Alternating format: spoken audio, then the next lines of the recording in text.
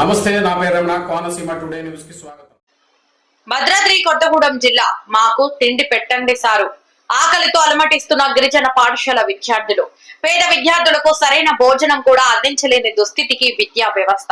భద్రాద్రి కొత్తగూడెం జిల్లా దమ్మపేట మండలం చీపిరిగూడెంలోని గిరిజన అక్రమ పాఠశాలలో నెల రోజులుగా సరైన తిండి లేక ఆకలితో అలమటిస్తున్న విద్యార్థులు. ఉడకని అన్నం పెడుతున్నారని, కుళ్ళిన అరటిపళ్ళు ఇస్తున్నారని, భోజనం బాగాలేదని, పడేస్తే తిడుతున్నారని ఆరోపిస్తున్న విద్యార్థులు.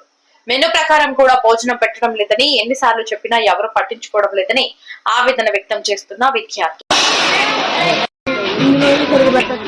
మెనూలో ఉన్నాయి, పెట్టలేదా? కూరలు బాగోట్లేదు.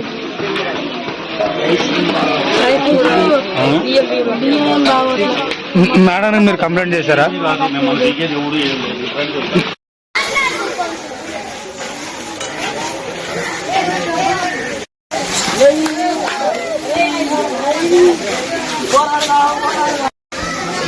What